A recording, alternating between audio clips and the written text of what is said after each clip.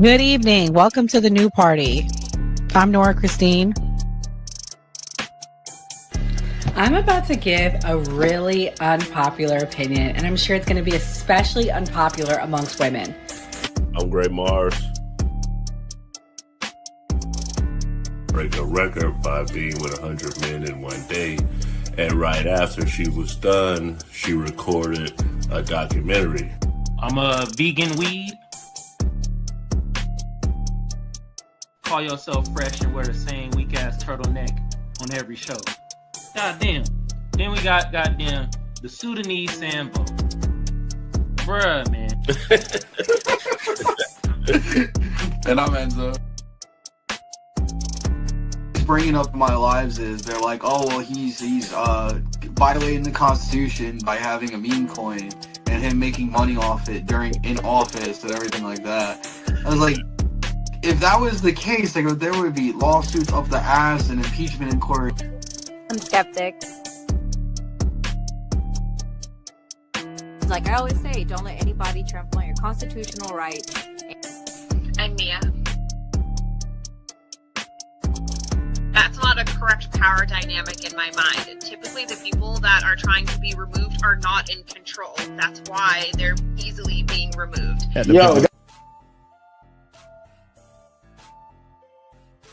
The government, states, they start putting these RICO acts on Diddy, all of these guys, and try to put it on these ongoing criminal organizations. I ain't never seen the government put a RICO act on the KKK. Switch happened. Come on, man. You gotta acknowledge this. This is the problem that I have with elders like you, because you fail to acknowledge that this stuff has happened. We down. If we sit there and be old school, we gonna miss the boat. You know, a lot of this kids 19 years old buying houses with Bitcoin, buying Maserati. Wow.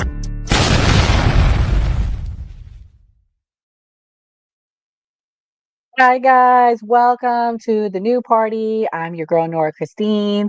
I'm solo dolo, my partner in crime. I don't know where he's at. Hashtag where's Gray Mars, but nevertheless, we are here today. Guys, man, yo, white people are crashing out this week about this white neighborhood. I know they think we were going to have more of a reaction where we're saying, please don't leave. We need you. But for the most part, everyone's like, bye. Like, if you want to leave, you can. And let me say this. I'm not saying this to all white tea people. I'm talking about those that want to desegregate, want to have their own communities. I'm okay with it. I really am.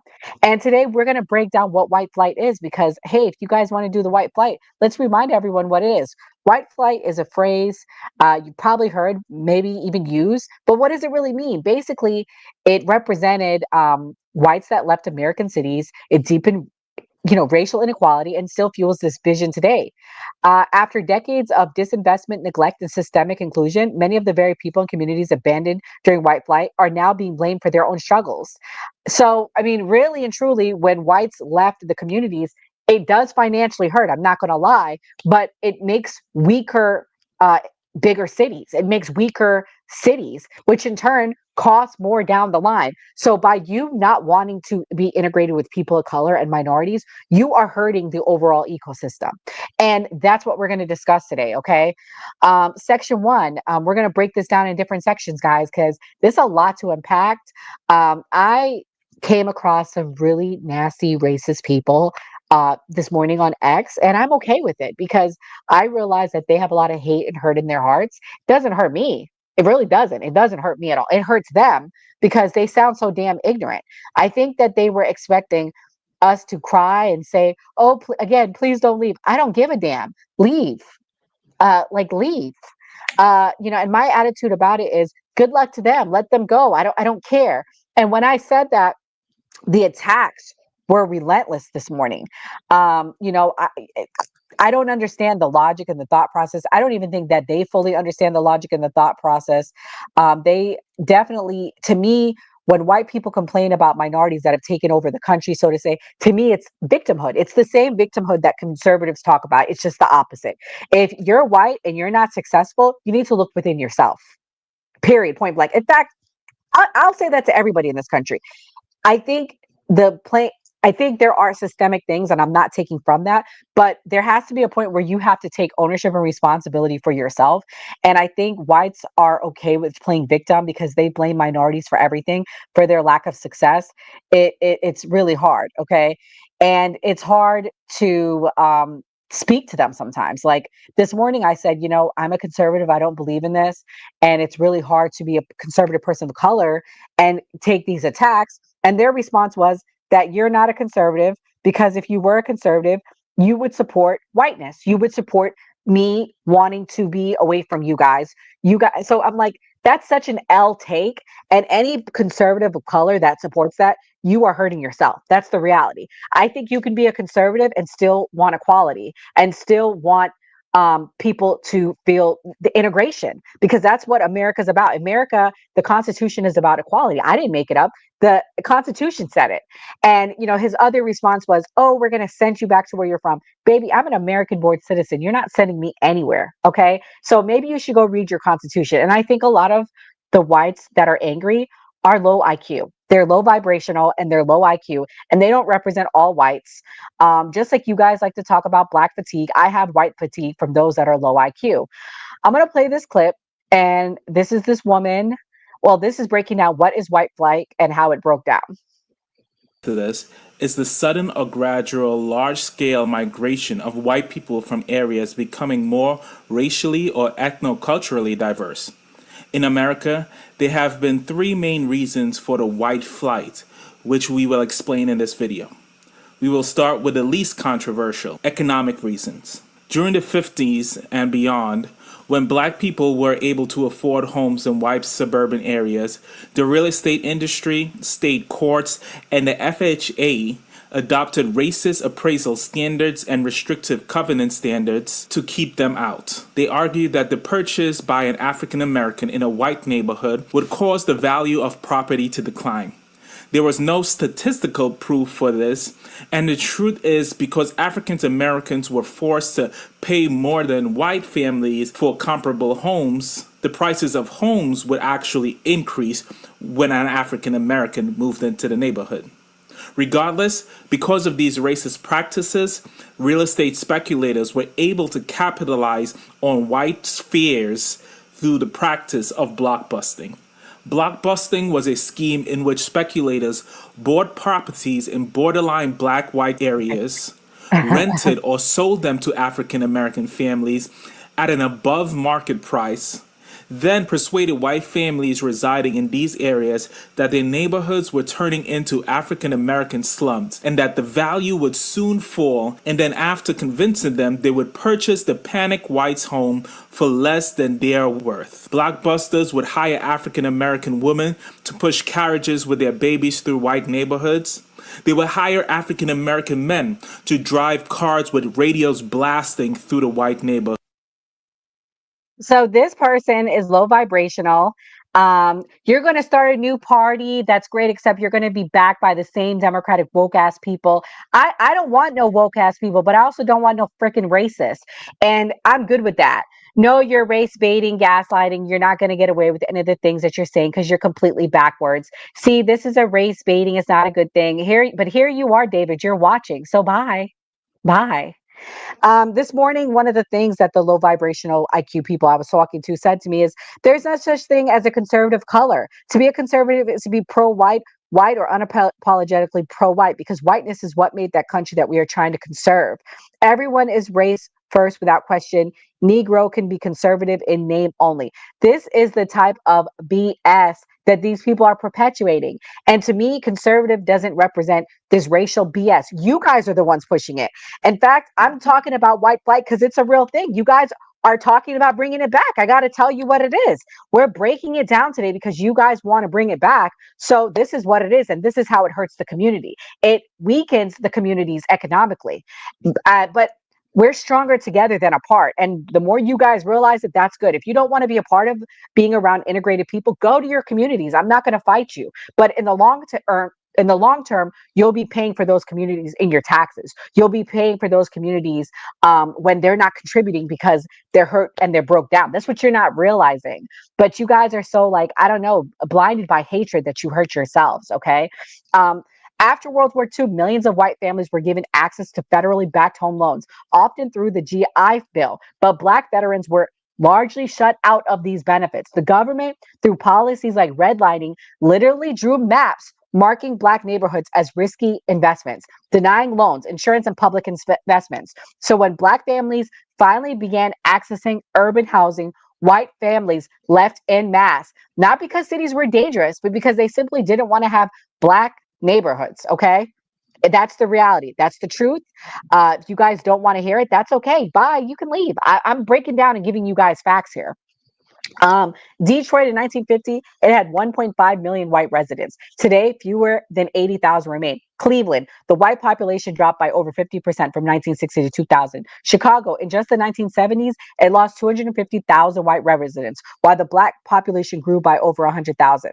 This wasn't just demographic change, guys. It was tax-based flight. Again, what did I just tell you about the taxes? As white families left, so did their wealth. Property taxes funded schools, homes, public services. And with white flight came urban decay. Schools crumbled, jobs vanished, and infrastructure fell apart. And again, if we have America where we're not all equally intelligent and smart, that hurts us as a people. That's why we're not keeping up with China right now. But you guys are too low vibrational to realize that.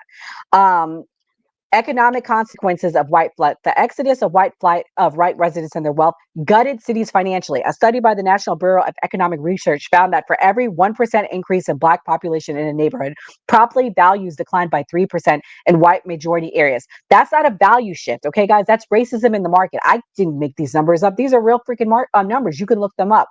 A 2022 report from EdBill revealed that majority white school districts received $23 billion more in funding than majority Black districts, even when controlling for poverty. And again, that goes by the taxes and the property values. People don't tell you that.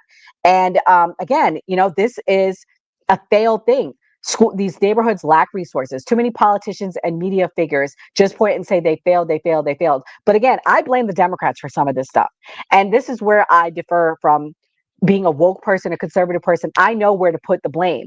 I put the blame on that, but I put the blame on white racists that want to desegregate and they don't want to integrate because, again, you're overall hurting yourselves because you're taking from the education and the quality of the neighborhoods by leaving and by pulling your wealth out. The blame game, how victims become the problem. A lot of people are race baiting. You're right, they are. And they're conservative commentators and they're extreme liberals that are using race as a thing. They'll say cities like Detroit, Baltimore, or St. Louis are violent or mismanaged. They call them Democratic run disasters, but facts that they are, okay? But when they don't say is that white America left those cities in the dust, and then they blame the Black communities for not being able to clean up the mess alone. Think about it. If you set a house on fire, then criticize the people inside for not having a better view, you're not analyzing, you're gaslighting. You're not coming up with problems. You guys are pointing the fingers and you're not coming up with solutions here. And again, you guys are trying to redo that now in 2025. You guys are trying to start your white only communities. Great. Go ahead. Just know you'll be paying for it one way or the other. And white flight isn't just history. Again, it's still happening in different forms. It's happening today, guys. We talked about the show. We showed the clip about the white only community, and it's still happening. I'm going to play this clip of this woman from Georgia. She said she wanted to stay, but she was scared to stay. This is from 1973. I hate to leave, really, but I feel like that I'm out of place, living in this community.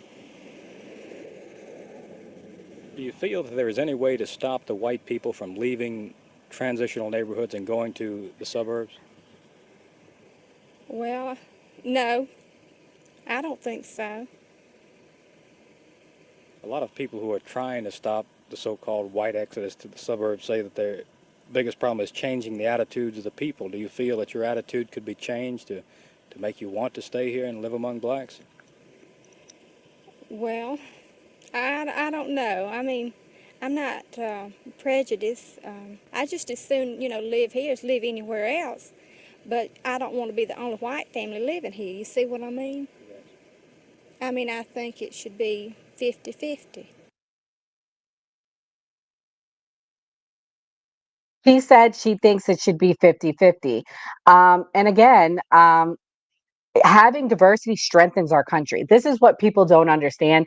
And I hear a call for this now on both sides. And, I'm not going to say the group that's calling for it, but pretty much I understand that you guys are upset about immigrants. And I don't like the way the system went. I don't like the fact that we had a broken system. You can thank Joe Biden for that.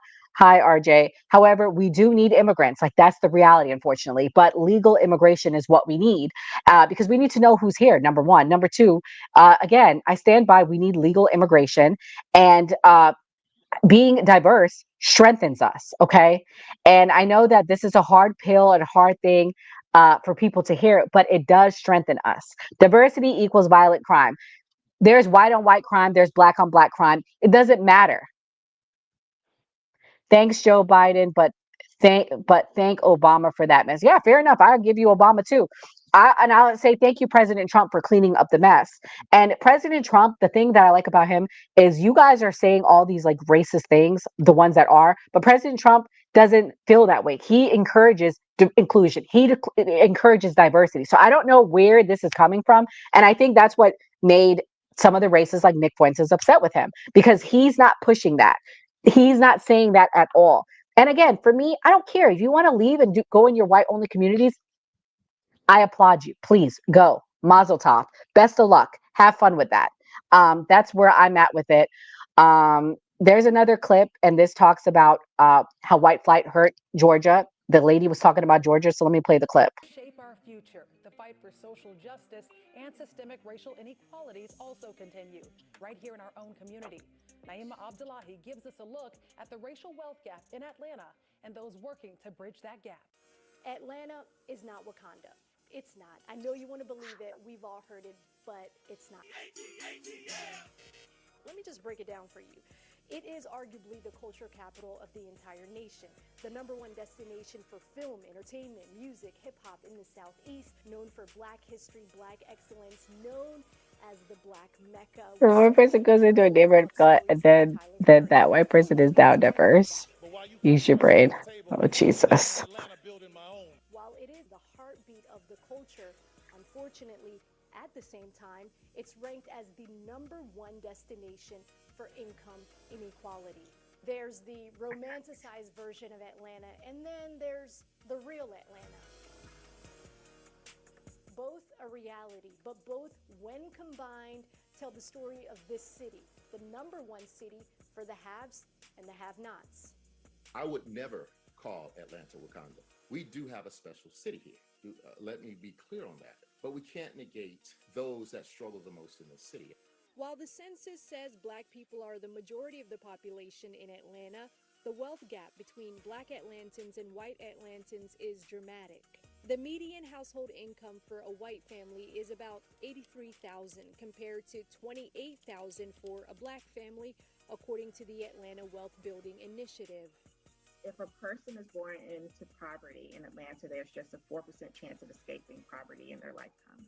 To compare the economic racial divide, just 2% of white households in Atlanta live below the poverty line, compared to 29% of Black households. Yeah, we're talking about white flight, RJ. Because the whites are mad. They want to go start their neighborhoods. They real spicy today. But the imbalance doesn't stop there.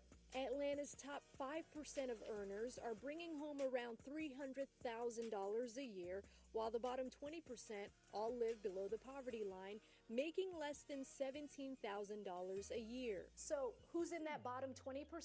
You'll find most of them in the heart of Atlanta's South Side and West Side, where historic Black communities are trying to hold on to their neighborhoods as property value goes up and gentrification brings in new neighbors. I was thinking that we would be here forever.